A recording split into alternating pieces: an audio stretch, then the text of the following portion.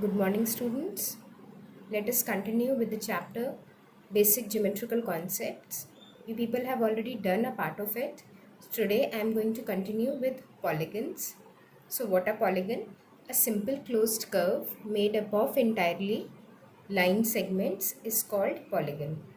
So, when you read the definition of polygon, what is the two important term that you come across is simple closed curve. This is the first term that is important, and the second term is line segment. So a simple closed curve made up of only line segments is called a polygon. Okay. So to make a closed figure, if you want to make a closed figure, so how many line segments at least you need? You need at least 3 line segments. So when you take 3 line segments, you make a simple closed figure. And what is this figure known as? This figure is known as a triangle, isn't it? This is a triangle. Now in your previous class, you have already done what is a triangle, how to find out the interior part of it and exterior part of it, what is its altitude, median. You have already done all these things in triangle. So today we are going to continue with quadrilateral. So after triangle, what you have quadrilaterals. Okay.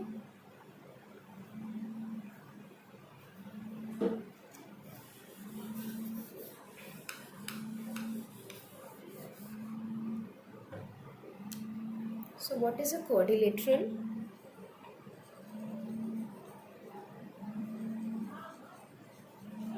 Quadrilateral. So what is a quadrilateral? Quadrilateral is a four-sided polygon. Means what is the first important thing you need in a quadrilateral is a four-sided figure. It should be a four-sided figure. And obviously when we are talking about polygons, it should be a four-sided closed figure. Okay. Simple closed figure. Now let us draw a quadrilateral. There can be so many quadrilaterals that you can draw. You only need 4 sides. So I can draw a square.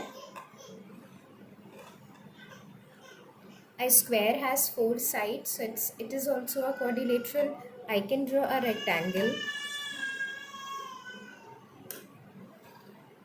I can draw a rectangle. Rectangle also has 4 sides, so it is also a type of quadrilateral. I can draw a parallelogram where the opposite sides are parallel. This is also a quadrilateral, and it is not necessary that you draw any such figures. You can simply draw a four-sided figure where you feel that no sides are equal or same. That is also a quadrilateral. So let us draw a figure like that.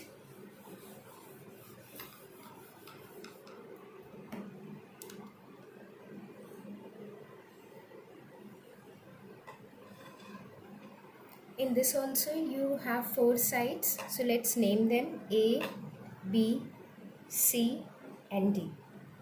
Okay, this is also a quadrilateral. It has 4 sides. So the first thing that you have is, in a quadrilateral, 4 sides. And can you name these 4 sides? We can name it also. Side means the line segments that we are taking. So we have taken 4 line segments. So can we name them also? How will we name them? If I start with, as I have named it as A, B, C, D. So I am following this order of A, B, C, D. A, B, C and D. I am moving like this in anti-clockwise direction to name the 4 sides. Always follow. Whenever you name any figure in geometry, always follow an order. Either you start moving in a clockwise direction, then you name everything in that direction only, or if you're moving in anti-clockwise direction, then name everything accordingly. Okay, so if I name these sides, I will start with this line.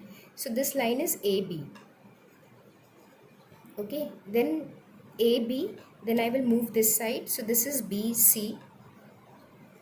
Then I will come here, so BC, then CD is the third side, and then from D to A, so DA is the fourth side. Okay, and obviously four sides, if it has, then it has four vertices as well. Okay, so what are the vertices? Where these two line segments meet is the vertices. So when these two line segments are meeting here, they're meeting at point A. So A, then B point, then C point, and then D point. Since it's a four-sided figure, so it will have four vertices as well. Okay, and if it has four vertices, it will have four angles also. So let's name them. Once you know the vertices, you can name the angles as well. Okay, so what will be the angle? This is one angle. Okay, angle A. You put a sign like this of angle and then write the vertices at which the angle is drawn. So this angle I have drawn at vertex A. So I will name it as angle A. Now when I will take this B vertex and I am drawing the angle here, to draw an angle I need two line segments. Okay, so I will call it angle B, the vertex on which I have drawn the angle. And the next one is, this is 1, 2, the next one is angle C, and the last one is angle D. These are the angles here. Now in this you can also write the opposite angles, the opposite sides, adjacent angles, and everything. Once you know all these things, okay, so now if in this case if I find out adjacent sides, so what will be the adjacent sides?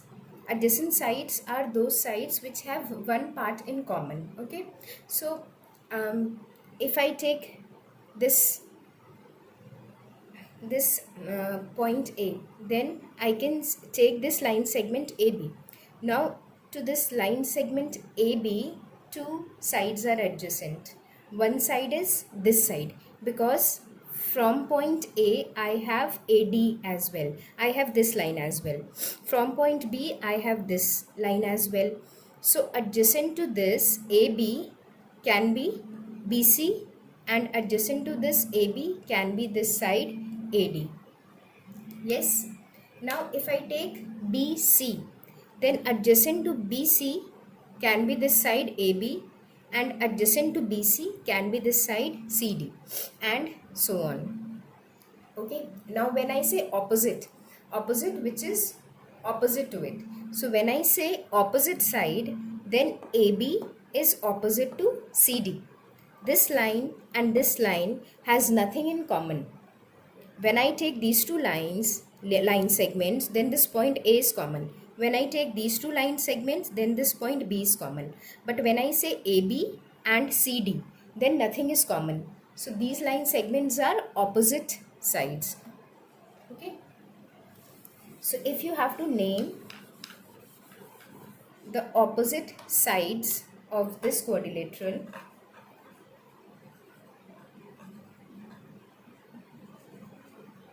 so what will be the opposite side? AB and CD. AB and CD are opposite, and one more is opposite. BC and DA. This is also opposite. These two are also opposite.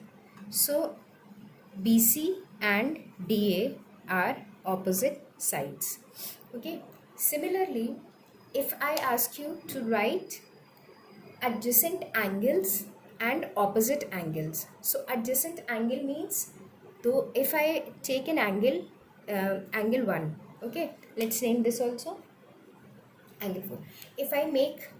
If I take this angle 1, so adjacent to this angle can be angle 2 or can be angle 4. Now why it is so? Because this is actually sharing one line segment with angle A. When I take angle A, I will take this angle. Okay, I will take this part. D, A and B when I take angle 1. Okay, and when I take angle 2, I take AB and I take C. So what you can see here is this AB and AB is common. So one line segment is common here. So if anything is common, then we say they are adjacent. So angle 1 is adjacent to angle 4 and angle 1 is adjacent to angle 2. Okay. Similarly, if I take angle 2, then I will say that adjacent to angle 2 is angle 1 and angle 3. Now if I take 3, then I will say adjacent to angle 3 is angle 4 and angle 2. Now comes opposite. Opposite where nothing is common. Then we say it is opposite. So opposite to angle A is angle C. Okay. When you draw angle A, then you will draw like this. And when you draw angle C, then you draw like this. So no lines are common here. So what can be the opposite side, opposite angles? Angle 1 and angle 3. Or you can say angle A and angle C. Angle A and angle C. Okay. Are opposite, and angle B and angle D are angle B and angle D. When I take angle B, I take this. And when I take angle D, I take this part. So when I am taking this, I am taking two different parts, this part and this part. So nothing is common, and that is why they are opposite. These two are opposite and these two are opposite. Okay, so we have done 4 sides of this quadrilateral. We have done 4 angles that are here. Okay, and we have done opposite sides, opposite angles. Now there are 2 ways with which you can name the angles. First is I have only taken the vertices at which I have drawn the angle and I have named it. There can be one more way where you take all the 3 points that you need for the angle.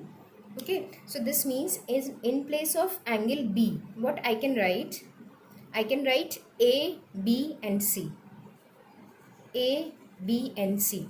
To make angle B, I need this line and I need this line. So A, B, C when I write angle B.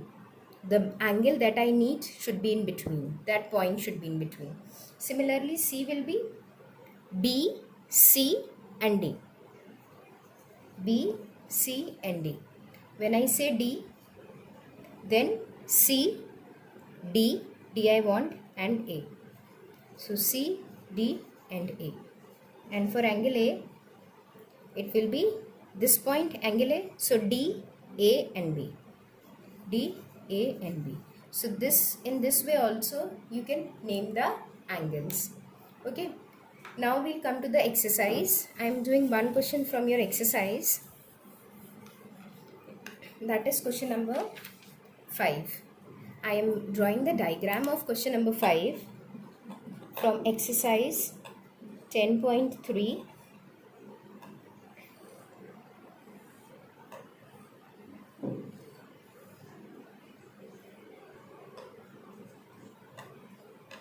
The diagrams are not that exact as given in the figure, so just consider them. So I'm reading the parts one by one. So what is the first part? First part says that what they're saying that in this given figure, the first part is you have to tell that is it a simple closed curve? So the first part is it a simple closed curve? So the answer is yes. It is a simple closed curve. And why it is so? What is a simple closed curve? Which does not cross. Means if I draw a figure like this, then it is made up of line segment, but it is not a polygon because it is not a simple closed curve. It is cross. The 2 line segment has crossed like this. So it is not a simple closed curve. It is a closed curve but not simple. So for simple, no, there should be no line that should cross. So yes, it is, the figure is like this. So it is a simple closed curve. Now second part, they're saying that is it a quadrilateral? So second part, they're saying, is it a quadrilateral? So again we will say yes, it is a quadrilateral. And why it is a quadrilateral? Because for quadrilateral I need 4 points. A 1 point, second point, third point and fourth point. See, in this figure actually this point, this at this point I am getting a reflex angle, and that is why the figure is like this. Okay, so I have 1, 2, 3 and 4 points. So yes, I have 4 points, so it is a quadrilateral. Now they are saying draw its diagonal and name them. Okay, now what is a diagonal in a quadrilateral? So let's take a simple case first and then we'll come to this. So how we can draw diagonals in a quadrilateral? I am taking my same figure, old figure. Okay, and how we draw diagonal in any figure? To draw diagonal, we join all the opposite points. Okay, so in this case A, if I take A, then adjacent to A is D and B, and opposite to A is only C. So this is the diagonal that I can draw. Now when I take point B, then adjacent to B is C and D, and opposite to B is D. So I will draw this. So what are the two diagonals that I have here? Is AC is one diagonal that I have, and BD is the other diagonal that I have. And how I have drawn these diagonal? I have joined the opposite vertices. Okay, here I have only one opposite vertices, so I have joined them, and I have these two diagonals. You can have, if you take a figure that has more than 4 sides, so maybe you will get more than 2 diagonals. Now let's come back to the figure that is given in the question. This is A, B, C and D. Now they are asking you to draw the diagonal or in this figure. So as I said, to draw the diagonals, what is needed? We need to join the opposite vertices. So opposite, if I take this point A, then B and D is adjacent, okay, and opposite is C. So I will join this. So this is my one diagonal that I have. Now if I take point B, then C is adjacent and A is adjacent. Adjacent is D. But to draw a straight line, when we draw a diagonal, it's a straight line segment. So to draw a line segment here, I have to draw it outside the figure. Then only I can make a diagonal here. So I have drawn a line that is outside the figure. Okay. So I have these two diagonals here. Now what is the last part? They are saying state which diagonals lies in the interior and which diagonal lies in the exterior of the quadrilateral. So in this quadrilateral, once you have drawn the diagonal, it is obviously understood that this AC is in the interior, it is inside the quadrilateral, and this BD, since the diagram is like this, so to join B and D I have to draw it outside. So B and D, this diagonal lies outside. So what I can say that AC, the diagonal AC lies in the interior. Diagonal AC lies in its interior, and diagonal BD lies in its exterior. Yes. Now that is it for today. Read the instructions, the homework that you have to do, and the things that you have to do in your fair notebook will be mentioned in the instructions. Thank you so much.